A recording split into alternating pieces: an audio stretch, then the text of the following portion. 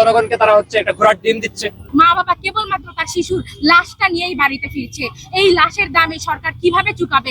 আগামী দিনে তারেক রহমান সরকার সেই মা বাবাকে কি একটা সান্ত্বনা কার্ড দিবে? শিশুরা মারা গেল, তৌহিদি জনতা খেপছে, আপনি ক্ষেপতে দেখবেন না। সংসদে বসে বিরোধী দল এবং সরকার ব্যাপক খুনসুটি করে, তারা গাড়ি ঘোড়া চায়, তারা একে অপরের সাথে হাসি মশকরা করে। ৩১৭ জনেরও অধিক শিশু হামে মৃত্যুবরণ করেছে এবং এটা কোনো দুর্ঘটনা, এটা কোনো স্বাভাবিক মৃত্যু না, এটা একটা হত্যাকাণ্ড। যে হত্যাকাণ্ড ঘটিয়েছে ইউনূস সরকার এবং কোনো বিচার এটা নিয়ে এখন আমরা কোনো বিচারের আওয়াজ পাচ্ছি না। আমরা দেখতেছি না যে বর্তমান সরকারেরও এটাকে প্রতিরোধ করার বা প্রতিকার করার কোনো পদক্ষেপ তারা গ্রহণ করেছে। আমরা বলতে চাই যেই মা বাবা তার সন্তানের লাশ নিয়ে দৌড়ে দৌড়ে হাসপাতালে যাচ্ছে একটা আইসিইউর জন্য, আগামী দিনে তারেক রহমান সরকার সেই মা বাবাকে কি একটা সান্ত্বনা কার্ড দিবে? সেই সান্ত্বনা কার্ড পাওয়ার পরে কি আমার দেশের শিশুরা, আমার দেশের অনাগত ভবিষ্যৎরা তারা কি ফিরে আসবে? তারা কি এই দেশের হাল ধরতে চাবে? আপনারা জানেন যে হাসিনাকে হটানোর জন্য এই দেশের প্রায় 100+ শিশু, 100-এর অধিক শিশু মৃত্যুবরণ করেছে। তাদেরকে হত্যা করেছে হচ্ছে হাসিনা সরকার। কিন্তু তারপরে এই শিশুদেরকে বাঁচানোর জন্যই তো আমরা ফ্যাসিস্ট হাসিনাকে হটিয়েছিলাম। যেই সরকার, যেই সংস্কারের সরকার নতুন ভাবে আসলো, সে হত্যা করলো প্রায় 300-এরও অধিক শিশু। তার বিচার আমরা এখনো পাচ্ছি না, আমরা পাই না। আপনারা দেখবেন ওই সংসদে বসে বিরোধী দল এবং সরকার ব্যাপক খুনসুটি করে, তারা গাড়ি ঘোড়া চায়, তারা একে অপরের সাথে হাসি মশকরা করে, কিন্তু আলাপ হয় না কেবলমাত্র দুইটা বিষয়। একটা হচ্ছে যে হামে যে শিশুরা মারা যাচ্ছে তাদেরকে নিয়ে আলাপ হয় না, আলাপ হয় না ওই মার্কিন চুক্তির বিরুদ্ধে। বাকি সবকিছু নিয়েই তাদের হাসি তামাশা খুনসুটি জারি আছে। অথচ এই সরকার, এই বিরোধী দলে কিন্তু কথায় কথায় বলে যে তাদের সকল ক্ষমতার উৎস হচ্ছে জনগণ। সেই উৎসটা কিভাবে তৈরি হয়? শিশুদের লাশ তৈরি করে করে সেই লাশ বেয়ে বেয়ে তারা ক্ষমতা পর্যন্ত যায় এবং পরবর্তীতে এই শিশুদেরকে ভুলে যায়। আপনারা জানেন ঢাকা বিশ্ববিদ্যালয় একটা পাবলিক বিশ্ববিদ্যালয়, জনগণের টাকায় পড়ে। সবচেয়ে বড় দায়বদ্ধতা এই বিশ্ববিদ্যালয়ের শিক্ষার্থীদের যদি কারোর উপর থেকে থাকে তাহলে এই দেশের জনগণের। এই ডাকসুর কাছে স্বাস্থ্য মন্ত্রণালয় থেকে আমাদের যে খেলার মাঠ, সেই খেলার মাঠটা চাওয়া হয়েছিল, কারণ ঢাকা মেডিকেলে জায়গা হচ্ছে না এই শিশুদের চিকিৎসার জন্য।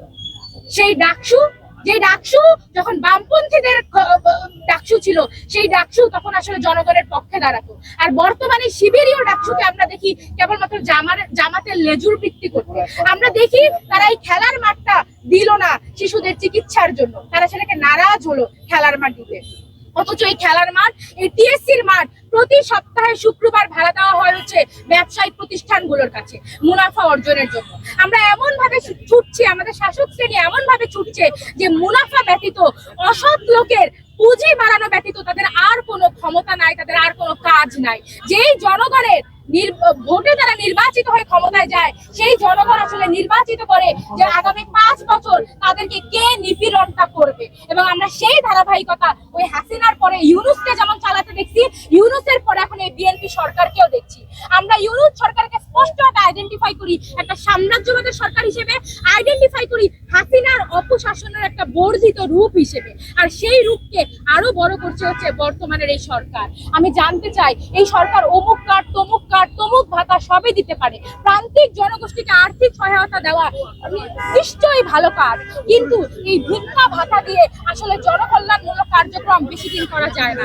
আমরা সেটাই দেখছি যে তার মাসে মাসে কার্ড আনার পরিকল্পনা থাকতে পারে, কিন্তু দীর্ঘমেয়াদী আমাদের স্বাস্থ্য খাতকে কিভাবে উন্নত করবে, আমাদের স্বাস্থ্য সেবাকে কিভাবে উন্নত করবে, সেই নিয়ে তাদের মাথা ব্যথা নাই। একজন সুস্থ শিশুও যদি ঢাকা মেডিকেলে যায়, সে অসুস্থ হয়ে না হয় লাশ হয়ে বের হবে। সেখানকার পরিবেশ এতটাই খারাপ। ওই ঢাকা মেডিকেলে, ওই পিজি হাসপাতালে বা সরকারি হাসপাতালগুলোতে কারা যায়? আমাদের দেশের সংখ্যাগরিষ্ঠ জনগণ, সংখ্যাগরিষ্ঠ মা বাপের শিশুরাই যায়। কিন্তু দেখে যেই বড় লোকের বাচ্চাদের হয়তো বা হাম হচ্ছে, তারা একটা প্রাইভেট হাসপাতালে ঠিকই একটা আইসিইউ ম্যানেজ করতে পারছে, কিন্তু সরকারি হাসপাতালে চিকিৎসা নিতে আসা মা বাবা কেবলমাত্র তার শিশুর লাশটা নিয়েই বাড়িতে ফিরছে।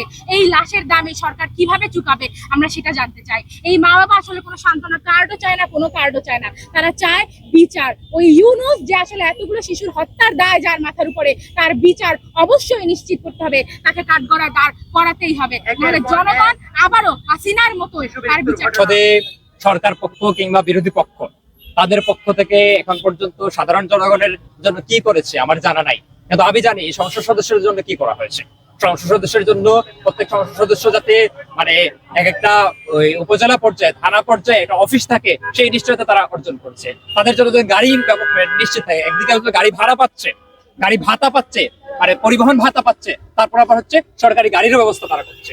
এই যে মানে একটা অধিবেশন শেষ হলো, এই অধিবেশনে বারবার আলাপ করা হয়েছিল, জনগণের পক্ষ থেকে বারবার কথা বলা হয়েছিল যে অত্যন্ত জনগুরুত্বপূর্ণ ইস্যু যে এই মার্কিন বাণিজ্য চুক্তি বিষয়ে আপনারা কথা বলুন। কেউ কোনো কথা বললো না। বাংলাদেশের কৃষি খাত ধ্বংস হয়ে যাবে, পোল্ট্রি খাত ধ্বংস হয়ে যাবে, বাংলাদেশের দুগ্ধ শিল্প ধ্বংস হয়ে যাবে। এই যে এত কিছু গুরুত্বপূর্ণ বিষয়, সেটা নিয়ে একটা ন্যূনতম কথা বললো না। তাহলে কি দাঁড়ায়? জনগণকে তারা হচ্ছে একটা ঘোড়ার ডিম দিচ্ছে। এই সংসদে এটাই দিচ্ছে। আমি বারবার বলি, এই সংসদটা হচ্ছে গৃহপালিত সংসদ। এখানে হচ্ছে কোনো বিরোধী দল নাই, এখানে কোনো সরকারি দল নাই, আর সবাই মিলেই আসলে একটা দল। ফলত মানে এই একটা দলটা হচ্ছে লুটপাটকারীর দল। অন্তর্বর্তীকালীন সরকার যা করে আসছে সেটার ধারাবাহিকতা তারা করতেছে। শুধুমাত্র ভাগ বাটোয়ারা, আগে এনজিও ভিত্তিক ব্যক্তিদের ভাগ বাটোয়ারা হইতো, এখন হচ্ছে রাজনৈতিক মাফিয়া এই ধরনের ব্যক্তিদের ভাগ বাটোয়ারা। এটাই হচ্ছে এই সংসদের কাজ। শিশুরা মারা গেল, তৌহিদি জনতা খেপছে, আপনি খেপতে দেখবেন না। এই যে আমেরিকা নাস্তিক মুরতাদদের দেশ, এইখানে আসে এই যে ধর্মের পক্ষের এত লোক, সেই রাষ্ট্রটাকে জিম্মি করবে, কখনো দেখছেন এদেরকে? এরা তখন আর খেপবে না। খেপবে না কারণ কি? কারণ এরা সবাই, যতই এখানে 5 আগস্টের পর স্লোগান হোক, এই স্লোগান আপনারা শুনছেন, ঢাকা না দিল্লি, ঢাকা না দিল্লি, কিন্তু মনে মনে এরা সবাই ওয়াশিংটন পন্থী। এটা খুব পরিষ্কার হয়ে গেছে।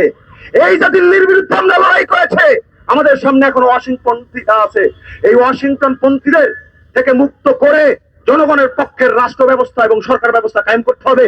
বাংলাদেশের রাস্তায় রাস্তায়, মেডিকেলের সামনে, হসপিটালের দরজায় দরজায় আমরা দেখতে পাচ্ছি শিশুদের অভিভাবক বাবা মার আহাজারি কান্না। একই সময় আমরা দেখতে পাই বিগত ইন্টারিম সরকার প্রধান, সাবেক প্রধান উপদেষ্টা ইউনূস জাপানে গিয়ে জাপানি শিশুদের সাথে পুষ্প বিনিময় করছেন।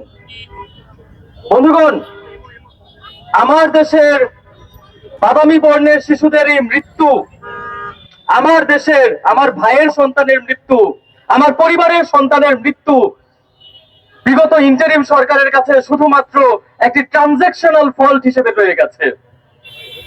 90-এর দশক থেকে যে ইপিআই প্রোগ্রামের মাধ্যমে বাংলাদেশে প্রতিষেধক টিকাগুলো আমদানি করা হতো, বিশ্বের বেশিরভাগ দেশে যেখানে ইউনিসেফ এবং জিএফভিআই নামক একটি কর্পোরেশন, একটি প্রতিষেধক সংস্থা টিকা সরবরাহ করত, সেখানে আমরা দেখতে পেলাম কিভাবে বিগত সময়ে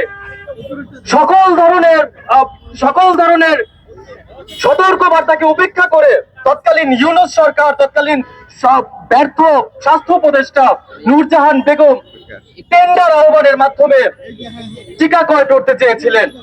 টেন্ডার আহ্বানের কারণ কি? উন্নত মানের টিকা কেনা না, টেন্ডার আহ্বান করা হয়েছিল যাতে ন্যূনতম মূল্যে টিকা কেনা যায় এবং বাংলাদেশ সরকারের ব্যবসায়িক সফলতা অর্জন করা যায়।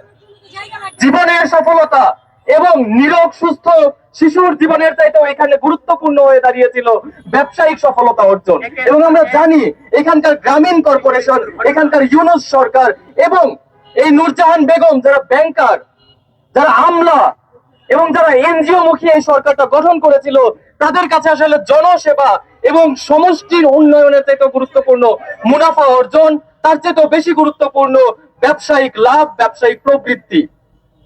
এবং বিগত সময়ের এই যে প্রজেক্ট, এই যে টেন্ডারবাজি, এই যে একটা সরকারি গাফলতি, যেখানে বাংলাদেশের জনসমষ্টির কথার মূল্যায়ন করা হয় নাই, এবং একই সাথে আমরা যখন অপরাধ করি, সেই অপরাধের ফলাফল কি হবে আমরা না জানলে অপরাধটা অনেকাংশে লঘু হয়ে যায়।